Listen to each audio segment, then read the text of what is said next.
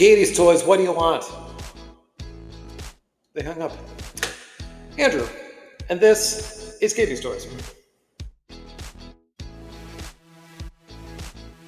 So, time of recording, August of 2024. We're just a few days past San Diego Comic-Con, and I had made a few lists on my Instagram. One was sort of like wild speculation, a little wish listing of things I didn't expect but would like, and then another with more pragmatic business hat kind of, speculation, maybe some insider information for female figures I wanted to see at San Diego Comic-Con. None of those happened. And if you know, you know. I've been sort of holding back on some, like today's, in anticipation of them being released, so I don't put out videos that are already outdated within a few months. But here we are. We're going to do it anyway. And on today's MIA 80s Ladies, we're doing one of my favorite characters from the 80s, as well as kind of a cheat in this whole series of women we never got, because in fact we did get a lot of Janines. Except for, say, Kenner's Princess Leia from the original Star Wars line, who had 5 figures overall. Janine, in fact, had 4. And I say this is a cheat because we got a lot of Janine. So many that, aside from Leia, no other woman in the 80s, up until probably about the mid-90s, when X-Men really kind of ramped up with women. We never got that many of any one character. I think Scarlet had 2. It's a pretty, shallow pool of, greatness. But the fact of the matter is, we never got, let's say, the correct Janine. If somehow you don't know, the Real Ghostbusters was based loosely, let's say, off of Ghostbusters, the 1984 movie. The cartoon came out in 1986, ran right through to 1991, and this is infamously in what I've sort of dubbed the dark times, where we were post the big 3 properties of the early 80s and leading into the Ninja Turtles, where a lot of toy companies were pumping out products, a lot of cartoons were touring, a lot of one-hit wonders, but Ghostbusters was among, Thundercats, Gem on the Holograms. There were some, properties that really kind of like took hold of us while waiting, unbeknownst to the Ninja Turtles craze. Real Ghostbusters is named Real Ghostbusters because there was a Filmation cartoon and a live-action show before that called Ghostbusters, and it was a petty play, and I love it. With the success of the cartoon, Kenner was the one who had the master toy license for Ghostbusters, and they created many, many, many waves of toys. The funny thing about them is that it's such a strange line in that essentially they just keep creating the same 4 characters every single wave, and each wave might have a few extra ghosts or ghosts packed in with them. No ghosts from the cartoon, all made up for the toy line, and it relied on just the 4 characters in different outfits. And the topic of today is another character who would sort of pop in and out of these waves. Janine Melnitz, their secretary. Janine in the show was similar but different than Janine played by Annie Potts in the movies. I mean, she sort of had a very distinct different style. In the cartoon, she wore a lot of blocky jewelry, mini skirts, very pointy glasses. Funnily enough, her outfit was usually the same, it's just that they kept on swapping colors, and we'll come back to that. By and large, she was, characterized very similar. She had a crush on Egon, she had a bit of a sibling rivalry with Peter, she got along well enough with Ray and Winston. She was very good friends with Slimer, despite him, sliming the whole place up. Probably a little more caring, not a lot, but a little. She was still very sarcastic, very sardonic.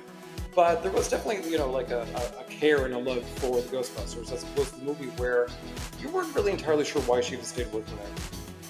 What I find also really noteworthy and worthy of being in this series is that Kenner did in fact give us Janine.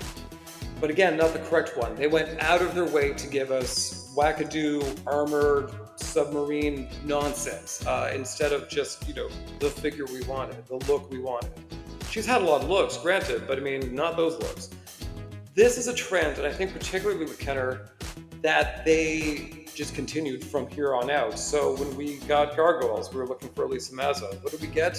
Flight suit Elisa Mazza. When we wanted Biker Mice from Mars, we got a Charlie, but weirdly enough, she looked like Elisa Mazza instead of the one that Micelle's going to do now. When it came to Batgirl from Batman the Animated Series, we waited years and waves for it, and then they came out with Parasailor Batgirl. It's a strange thing, and it almost kind of started here, and I don't know for good or ill, but It's a thing where, you want your figure, sure, but she's gonna be weird. On to the toys by Kenner. Janine did not make the first wave. The first wave of figures was strictly the 4 Ghostbusters, and I think herein lies one of the big problems. Second wave was called Fright Features, and that was her first figure.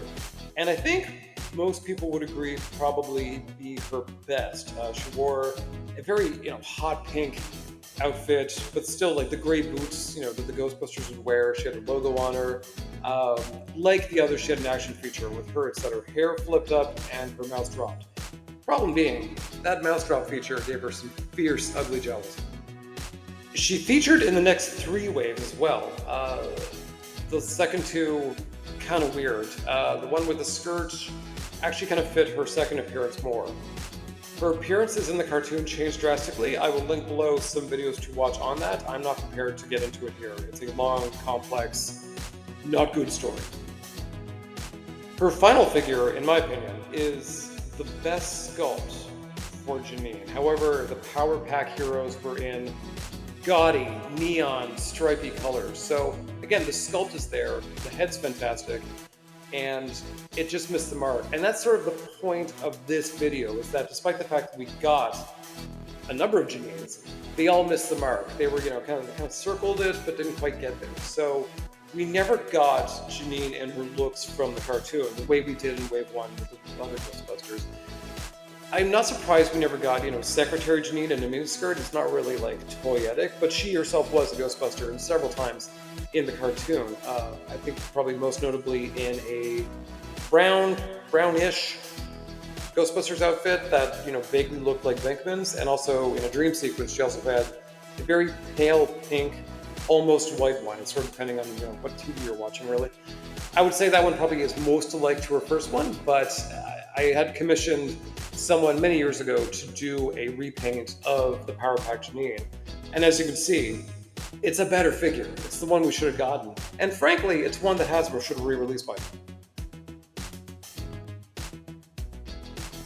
This is probably the most unique final verdict of this series I'll ever do. In fact, that Janine from the movies, since 1984, has fared not great. Ghostbusters itself has not fared great in the past couple of years. That said, the movie Janine probably has more figures than Real Ghostbusters Janine. Frankly, Real Ghostbusters Janine probably has more figures back in the 80s than she do now. So there was quite the drought between 1991 through till around 2011 for any kind of Real Ghostbusters merch. 2011 marked kind of an interesting year where we got some mini-makes, and funnily enough, Janine got precisely what we wanted: Secretary and Ghostbusters uniform, both in that line. Likewise, the same year, Hasbro was doing kind of a retro action line, essentially Mego, and they did all the Ghostbusters, and I think one of the last sets was Janine, Sam Hain, a really hideous Slimer, as well as a really cool backdrop. It was actually a really great figure pack all around, and Janine herself looked pretty good, despite the fact that this was very kind of like Mego-ized, Mego-adjacent, let's say. If you're a collector, and if you can sort of like embrace the suck, as is, the logo of Mego, it's not bad. It's not bad. We had another bit of a drought, but then in 2019, Diamond Select was doing a lot of Ghostbusters stuff. They did a lot of movie figures. They in fact did do Janine from the very first movie, not the second. Great diorama pieces you could collect with all the figures. Like, it was a great line. They did get around 2 Real Ghostbusters, and essentially they were just repaints, the same body, same characters, in Real Ghostbusters colors. Again, a really cool backdrop you could make, but no Janine, because God forbid, you would have to make a brand new figure for this one. Again, from 2019 till much more recently, bit of a drought. For good or ill, currently, Hasbro is the master toy license for Ghostbusters. They make toys for the new movies, and since they consumed Kenner once upon a time, they also have been re-releasing the first 2 waves of the Kenner Real Ghostbusters. Again, except Janine. This would have been a great opportunity to put her out, like I mentioned before, to get that Power Packs figure out.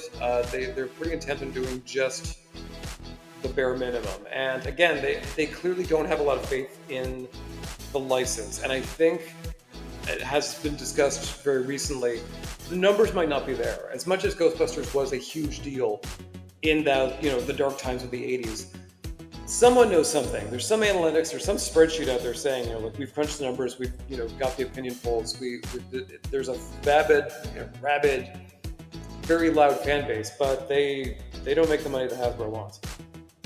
And then something very interesting happened.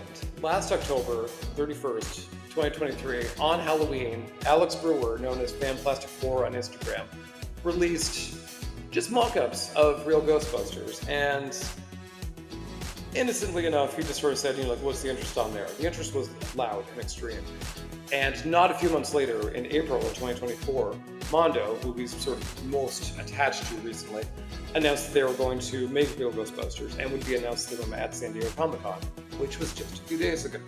I never expected Janine to be in the first wave, but in my selfish heart, I kind of had hoped for some renders, maybe?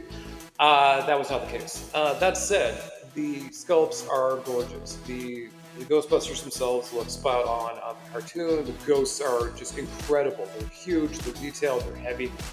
It looks just amazing, and most would argue that one Comic-Con within the toy world, and everyone, it was on everyone's lips. Everyone just, had nothing but positive things to say about it.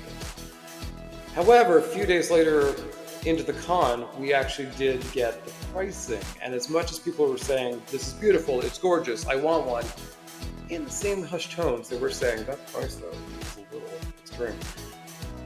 I cannot speak for your financial situation, only mine. And again, I'm not rich, but I'm willing to, make a few sacrifices here to make this happen, because Ghostbusters is one of those hallmark properties of the 80s that I have long wanted a good version of, and this is arguably the best. So is it going to be a chunky house price tag? Absolutely. Is it going to, break the bank? Probably not. It's a 2-pack every quarter, or you could buy one of the Ghostbusters for half the price. It's interesting, and this is my armchair commentary, is that the crew who would buy an Eternia, a His Tank, any of these huge big ticket things, Cat Slayer, these are the people who are saying, like, this is too much for a figure. And granted, it's just 2 figures and a little ghost, but the fact of the matter is, regardless of how much plastic you get, there is a certain amount of care involved in that. So you have no problem buying a big ticket item that's going to take up way too much real estate versus buying, an art piece, and something that will, as an art piece, appreciate in value. So that's my 2 cents. I'm sure I'll get a little bit of hate mail on that, but the fact of the matter is, I'm putting my dollar in this. I'm voting with my wallet, as the kids say, strictly because I do want all 4 Ghostbusters, but beyond that, I want Janine. I want Janine's. I want Janine in her dress. I don't care which color combination she has. She's had a few. I want all of her stupid heads from later in the seasons, just so I can make fun of them. I would love Louis Tully, their accountant, lawyer, financial guy. I want this to go as hard as they can. I would love them to go further with Ghosts once the human characters run out. I'm in, despite, admittedly, a hefty price tag. If you would like more commentary on that, plenty of videos out there, and they all have really good beards. With that said, that's my, hot take on Janine as one of the MIA 80s ladies. Not really, more of an honorable mention amongst these cast of girls who, didn't get a shot in the 80s, whereas Janine got many shots, and admittedly have some great figures, and it was a welcome addition to the line, but just missed the mark. And I think we're at a moment of hopefulness, but cautious optimism, nevertheless. We're not in the pre-order stage yet. We don't know if even the first figure, Venkman and Sam Hain, are a go. There's a lot of chatter until the pre-order goes up, until money is exchanged, until people commit to buy it. We don't know the success. Neither does Mondo. We're all sort of, in this sort of in-between phase right now. So I feel like there's a very good possibility of getting Janine. I think she's very much, on their minds as well. And time will tell. So I thank you for watching. If you like this video, please like it, comment, share, subscribe, all those YouTube-y things. And I will see you next time on MIA 80s.